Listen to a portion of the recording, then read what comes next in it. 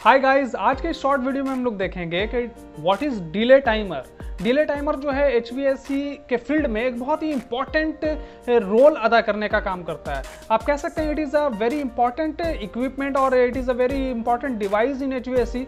तो गाइज हम कह सकते हैं delay timer is a control device that receives input signal and send its back output signal according to your set time. Means के delay timer जो है वो एक इलेक्ट्रॉनिक डिवाइस है जो कि सिग्नल को रिसीव करता है और सिग्नल इनपुट सिग्नल को रिसीव करने के बाद वो आउटपुट सिग्नल वो तुरंत नहीं देता है, बल्कि आउटपुट सिग्नल जो है वो आपके अकॉर्डिंग जो भी आपने टाइम सेट किया उसके अकॉर्डिंग जो है वो आउटपुट सिग्नल देने का काम करता है और फिर मशीन जो है चालू होता है। Thank you so much.